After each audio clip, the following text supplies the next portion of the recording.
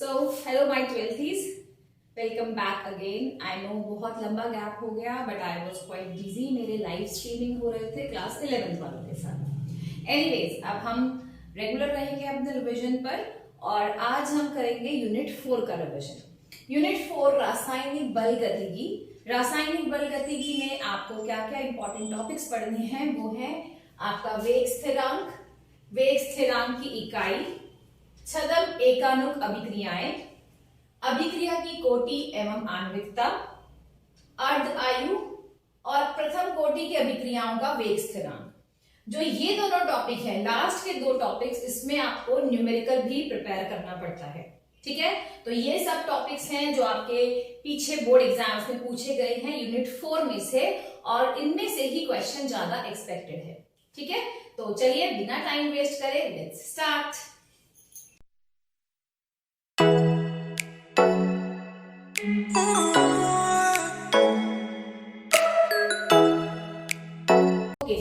तो हम शुरू करते हैं वेग स्थिरांक से। देखिए, वेग स्थिरांक क्या है? जब भी कोई रासायनिक अभिक्रिया हो रही है तो उस अभिक्रिया का वेग, कि वो किस स्पीड से चल रही है, उसको एक्सप्रेस करने के लिए हम उसकी जो भी रिएक्टेंट्स हैं, जो भी अभिकारक हैं, उनकी सांद्रता के साथ उसका संबंध होता है। अभिकारकों की सांद्रता पर वेग का जो निर्भरता है उसको हम दर्शाते हैं वेग नियम द्वारा। ठीक है, तो आपके पास रिलेशनशिप क्या है? वेग, इसको मैं आर से रिप्रेजेंट करती हूं, ये डायरेक्टली प्रोपोर्शनल है सांद्रता की, अभिकारकों की सांद्रता पर। ठीक है, अब इसकी कुछ भी पावर हो सकती है n, सांद्रता की पावर n। अगर n का मान 1 होगा तो वो हो जाएगी आपकी प्रथम कोटि अभिक्रिया, 0 है तो शून्य कोटि अभिक्रिया, 2 द्वितीय कोटि अभिक्रिया, इस तरह से। ठीक है, तो वेग निर्भर करता है अभिकारकों की सांद्रता पर। और अगर हम इसको इक्वल टू लिखें, यहां पर आ जाएगा Ka⁴n। ये जो आता है K, इसको हम बोलते हैं वेग स्थिरांक। ठीक है, अब आपको क्वेश्चन में जनरली क्या पूछते हैं कि वेग स्थिरांक की इकाई बतानी होती है। क्लास 12 के सिलेबस में शून्य कोटि अभिक्रियाएं यानी कि 0 ऑर्डर रिएक्शन और प्रथम कोटि अभिक्रियाएं, फर्स्ट ऑर्डर रिएक्शंस, केवल इनके वेग स्थिरांक की इकाई पूछते हैं। बहुत शॉर्टकट सा तरीका है। देखो, अगर शून्य कोटि अभिक्रिया होगी तो यहां पर n का मान क्या रहेगा? 0, यानी कि r is equals to Ka⁴0। जब ये 0 हो गया तो r is equals to k। अब r क्या है? वेग, और वेग होता है कि कितने अभिकारक जो सांद्रता है उनकी सांद्रता में कितना परिवर्तन आया पर यूनिट टाइम, समय की दर से। तो हम यहां पे क्या लिख सकते हैं? सांद्रता अपॉन समय, ये हो जाएगा K का मात्रक। सांद्रता का मात्रक होता है मोल प्रति लीटर और इसका होता है समय। यानी कि आप ये कह सकते हो कि शून्य कोटि अभिक्रिया के लिए वेग स्थिरांक का मात्रक क्या हो जाएगा? मोल प्रति लीटर प्रति सेकंड। ठीक है, शून्य कोटि अभिक्रिया के लिए वेग स्थिरांक का मात्रक ये रहेगा। अब ये कैसे होना है ये मैंने आपको तरीका बता दिया। अब ऐसे ही आप फर्स्ट ऑर्डर रिएक्शन, प्रथम कोटि अभिक्रियाओं के लिए ट्राई करेंगे अगर, तो वहां पे क्या करना है? यहां पर 0 की जगह 1 ले लेना है। 0 की जगह जब 1 लेते हैं तो आपके पास सांद्रता यहां पर भी आ गई, सांद्रता अपॉन सांद्रता, ये तो कैंसिल हो जाएगा, तो आपके पास क्या रह गया? ओनली समय। तो प्रथम कोटि अभिक्रिया के लिए K का मात्रक होता है प्रति यूनिट सेकंड। ठीक है, सेकंड इनवर्स। शून्य कोटि अभिक्रियाओं के लिए मोल, लीटर इनवर्स, सेकंड इनवर्स, और प्रथम कोटि अभिक्रियाओं के लिए सेकंड इनवर्स। ये हो गया वेग स्थिरांक के इकाई पता करने के लिए तरीका। आप डायरेक्ट याद भी कर लो और या फिर सिंपल है पता भी आप ऐसे कर सकते हो। ओके, अब हम नेक्स्ट टॉपिक की तरफ चलते हैं, छद्म एकानुक अभिक्रियाएं। कुछ अभिक्रियाएं ऐसी हैं जो आपके पास अपीयर तो होती हैं कि वो एक, उनकी जो ऑर्डर है, उनकी जो आणविकता है, जो कोटि है, वो अलग है, लेकिन जब आप उनको न्यूमेरिकल रिलेशनशिप में पुट करते हो तो ऐसा आभास होता है कि वो प्रथम कोटि अभिक्रियाएं हैं। ऐसी अभिक्रियाओं को हम बोलते हैं छद्म प्रथम कोटि छद्म एकानुक अभिक्रियाएं। जैसे आपका एस्टर, एस्टर को जब भी आप हाइड्रोलाइज करते हैं वो बनती है आपकी छद्म एकाणुक अभिक्रियाएं। इन अभिक्रियाओं में आपके पास आणविकता एक से अधिक है, लेकिन जब आप इनका न्यूमेरिकल कैलकुलेशन करते हो तो इन अभिक्रियाओं का जो वेग है वो एक ही अणु पर निर्भर है, तो वो छद्म एकाणुक अभिक्रियाएं बन जाती हैं। ठीक, तो ये देखिए, ये मैंने आपको दो अभिक्रियाएं यहाँ पे लिख के दिखा दी हैं। ये है आपकी छद्म एकाणुक अभिक्रियाएं, मतलब कि स्यूडो फर्स्ट ऑर्डर रिएक्शन। इन अभिक्रियाओं को देख के क्या पता चल रहा है कि अभिकारक यहाँ पर दो हैं, अभिकारक यहाँ पर दो हैं, तो आणविकता एक से अधिक है। लेकिन जब आप इनको न्यूमेरिकली रिलेशनशिप बनाते हो तो ये प्रथम कोटि की अभिक्रियाओं के सभी नियम फॉलो करती हैं। तो ऐसी अभिक्रियाएं हो जाती हैं तुम्हारी छद्म एकाणुक अभिक्रियाएं, जिनकी आणविकता एक से अधिक लगती है। आणविकता एक से अधिक है, लगती क्या है, आणविकता देखो यहाँ पर भी दो है, यहाँ पर भी दो है, लेकिन कोटि एक है। ये होती है आपकी छद्म एकाणुक अभिक्रियाएं। इनके एग्जाम्पल्स बहुत इंपॉर्टेंट है, आपको एग्जाम्पल्स प्रिपेयर करने हैं इक्वेशंस के साथ। ओके, नेक्स्ट आता है अभिक्रिया की कोटि एवं आणविकता। अभिक्रिया की कोटि, आपके पास जब भी वेग नियम लिखा, वेग नियम लिखते समय आपने अभिकारकों की किस पावर पर वेग निर्भर है वो पावर हो जाती है कोटि। और आणविकता, जब भी अभिक्रिया हो रही है तो अभिकारकों के कितने अणु उसमें भाग ले रहे हैं वो हो जाएगी उसकी आणविकता। ठीक है, फॉर एग्जाम्पल आप इसी इक्वेशन में देखिए, इस इक्वेशन में आपके पास क्या लग रहा है, इन दोनों में देखिए आणविकता तो हो गई दो, क्योंकि अभिकारक का एक अणु और एक अणु, दो अणु अभिकारकों के इसमें भाग ले रहे हैं। लेकिन जब इसका आप वेग नियम बनाते हैं तो वो क्या बनेगा, वेग इज इक्वल्स टू के ओनली CH3COO C2H5 की पावर 1, ओनली इस पर इसकी वेग नियम बनता है। तो ये कोटि हो गई 1। ठीक है, तो आणविकता और कोटि में अंतर पहला समझ में आ गया होगा। उसके बाद आपके पास आणविकता जो है अभिक्रिया की, वो इक्वेशन से पता चलती है, जब भी आप रिएक्शन लिखेंगे उससे पता चलती है, और जो कोटि है वो वेग नियम से पता चलती है। ठीक है, ये इसमें अंतर होता है अभिक्रिया की कोटि और आणविकता में।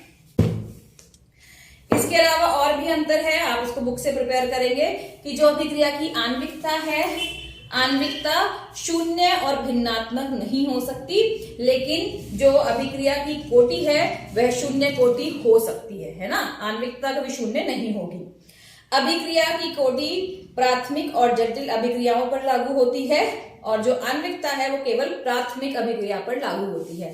जटिल अभिक्रिया मतलब कॉम्प्लेक्स रिएक्शन, जो एक स्टेप से ज्यादा स्टेप में कंप्लीट होगा, उन पर तो आप कोटि का कॉन्सेप्ट अप्लाई कर सकते हैं, लेकिन जो आणविकता का कॉन्सेप्ट है वो उन पर अप्लाई नहीं होता, वो ओनली प्राथमिक अभिक्रिया पर अप्लाई होता है। तो ये अंतर है आपका प्रथम कोटि और प्रथम कोटि नहीं, कोटि और आणविकता में अंतर का। ओके ओके, अब हम आ जाते हैं आपके ये ओनली लास्ट दो टॉपिक रह गए, अर्ध आयु और प्रथम कोटि की अभिक्रियाओं का वेग स्थिरांक। इसमें आपके पास अर्ध आयु का मतलब यह है कि वह समय जिसमें अभिकारकों की सांद्रता अपनी प्रारंभिक सांद्रता की जस्ट हाफ हो जाती है, 50% हो जाएगी। इसमें कितना समय लगा, उस समय को हम बोलते हैं अर्ध आयु। मान लो आपने अभिक्रिया स्टार्ट करी है और स्टार्ट करने के समय आपने अभिकारकों को जो लिया है, सांद्रता जो ली है वो ली है आपने 100 ग्राम्स। ठीक है, 100 मोल प्रति लीटर। अब अभिक्रिया चल रही है और आप उसका समय नापते जा रहे हैं। अभिकारकों की जो भी आपने मात्रा शुरू में ली थी, जैसे हमने 100 बोला है, वो 50 होने में कितना समय लगा, उस समय को हम बोलते हैं अर्ध आयु। ठीक है, अब अर्ध आयु के लिए आपके पास जो रिप्रेजेंटेशन होता है वो है t half, and this t half is equals to 0.693 upon k. के है आपका वेग स्थिरांक। ये जो अर्ध आयु का फॉर्मूला है ये आपकी प्रथम कोटि अभिक्रियाओं के लिए अप्लाई होता है। प्रथम कोटि अभिक्रियाओं की अगर आपको अर्ध आयु पता करनी है तो उनके वेग स्थिरांक के मान को इस फॉर्मूला में पुट कीजिए और उससे उसकी अर्ध आयु पता कर लीजिए। उसके बाद इसी प्रथम कोटि अभिक्रियाओं के लिए आपके पास एक समाकलित इक्वेशन है, that K is equals to T is equals to 2.303 upon K log A0 upon A। ठीक है, A log A0 upon A। K क्या है, वेग स्थिरांक, ए नॉट आपने कितनी सांद्रता प्रारंभ में ली थी और ए कितनी सांद्रता बाद में रह गई है। अगर 50% रह गई है तब तो डायरेक्ट इस फॉर्मूला में आप समय पता कर सकते हैं। आप मान लेते हैं 50% नहीं ली, ओनली 10% अभिक्रिया पूर्ण हुई है, तो उस केस में कितना समय लगा है वो आप इससे कैलकुलेट कर सकते हैं। ठीक है, ये इक्वेशन बहुत इंपॉर्टेंट है, इस पे बेस्ड आपको न्यूमेरिकल भी आता है। क्लियर? तो थ्योरेटिकली ज्यादा जरूरत नहीं है, आपको केवल ये ध्यान रखना है कि प्रथम कोटि अभिक्रियाओं के लिए अर्ध आयु और किसी भी परसेंट कंप्लीट होने में लगा समय आप कैसे कैलकुलेट कर सकते हैं। ये दो इक्वेशंस हैं। अब इसमें आपको कुछ बातों का ध्यान रखना होता है, जैसे कि log 10 इसकी वैल्यू कितनी है 1, log 20 उसकी वैल्यू, log 2 उसकी वैल्यू कितनी है 0.3010। That's it. इससे अलग कोई वैल्यू आएगी तो वो आपको गिवन रहेगी, आपको वो यूज करनी होती है। ठीक है, ये दो बेसिक है जो आपको बिना गिवन के भी आपको न्यूमेरिकल आ सकता है। क्वेश्चन कैसे आते हैं इस पे बेस्ड अब हम वो डिस्कस करते हैं। ओके, स्क्रीन पे आपको क्वेश्चन दिख रहा होगा। अभिक्रिया का वेग स्थिरांक क्या है, परिभाषित कीजिए। एक प्रथम कोटि अभिक्रिया का 50% आधा भाग 10 मिनट में समाप्त होता है, तो इस अभिक्रिया का 99% भाग कितने समय में पूरा होगा। तो क्वेश्चन पढ़ के आपको पता चल गया है। फर्स्ट पार्ट तो थ्योरेटिकल है, वेग स्थिरांक क्या है परिभाषित कीजिए, वो आपने परिभाषा लिख लेनी है, आपको हमने डिस्कस कर दिया वीडियो में पीछे। अभी न्यूमेरिकल पार्ट पे आते हैं। अभिक्रिया का 50% भाग कंप्लीट होने में टाइम कितना लग रहा है 10 मिनट, यानी कि इसकी अर्ध आयु हमें दी हुई है t½ = 10 मिनट्स, और आपको 99% पूर्ण होने में कितना समय लगेगा ये पता करना है। ठीक है, क्वेश्चन समझ में आ गया। चलिए, जो भी आपको फॉर्मूला बताया था वहां पर चलते हैं। t½ का फॉर्मूला क्या था 0.693/k, यानी कि k की वैल्यू क्या हो गई 0.693/t½ और t½ कितना दिया हुआ है 10 मिनट, तो हमने वेग स्थिरांक का मान पता कर लिया, दिस इज /10। ठीक है, सॉल्व नहीं कर रही हूं, इसको मैं इतना ही छोड़ रही हूं। ये हमने वेग स्थिरांक पता किया। इसी वेग स्थिरांक को अब हम 99% समय कितना लगेगा 99% कंप्लीट होने में वो कैलकुलेट करने के लिए यूज करते हैं। तो उसके लिए देखिए फॉर्मूला क्या है, t = 2.303/k log a0/a। तो मान लेते हैं कि अभिक्रिया की शुरुआत में हमने जो सांद्रता ली हुई थी वो थी 100, 99% कंप्लीट हो गया तो कितनी रह गई 1। तो आप यहाँ पर वैल्यूज पुट करते हैं, समय हमें पता करना है 2.303 यहाँ पर अपॉन k था, अपॉन k का वैल्यू हमारे पास है 0.693/10 और log यहाँ पर प्रारंभिक सांद्रता 100 और जो रह गई सांद्रता 99% पूर्ण होने के बाद वो है 1।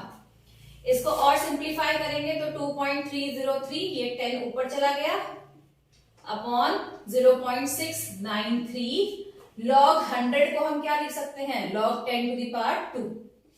फिर 2.303 into 10, ये 2 सामने आ जाएगा और log 10 की वैल्यू आपको बताई थी, log 10 की वैल्यू क्या होती है 1/0.693। पूरा सॉल्व करेंगे तो 2.303 into 10 into 2/0.693 ये आ जाता है तुम्हारा 66.46 मिनट्स। ठीक है, तो यानी कि अभिक्रिया को पूर्ण होने में 99% पूर्ण होने में इतना समय लगेगा। ऐसे बहुत सिंपल से न्यूमेरिकल्स आते हैं इस चैप्टर में से। कॉन्सेप्ट कुछ भी हो सकता है, आपको 99% का मैंने एग्जांपल दिया, 90% आप पूछ सकते हैं 3/4 भाग होने में कितना टाइम लगेगा। अगर सपोज मान लो इसी में दे रखा होता कि 3/4 पूर्ण होने में कितना समय लगेगा, तो हम प्रारंभिक सांद्रता ले लेते 4 और सांद्रता कितनी रह गई, जब 4 हिस्सों में से 3 हिस्से पूरे हो गए हैं तो कितनी रह गई 1/4। ठीक है, तो ऐसे करके आपको बस ये क्लियर होना चाहिए कि a0 और a का मान क्या लेना है, फिर आपका न्यूमेरिकल बहुत आराम से हो जाएगा। ओके, तो अब इस टाइप के न्यूमेरिकल्स को आप प्रैक्टिस कीजिए और कुछ भी डाउट्स हैं तो मुझसे पूछ लीजिए। ठीक है, I will be waiting for your comments and again channel को लाइक शेयर और सब्सक्राइब जरूर करना और आगे की वीडियो के लिए रेडी रहना। बाय।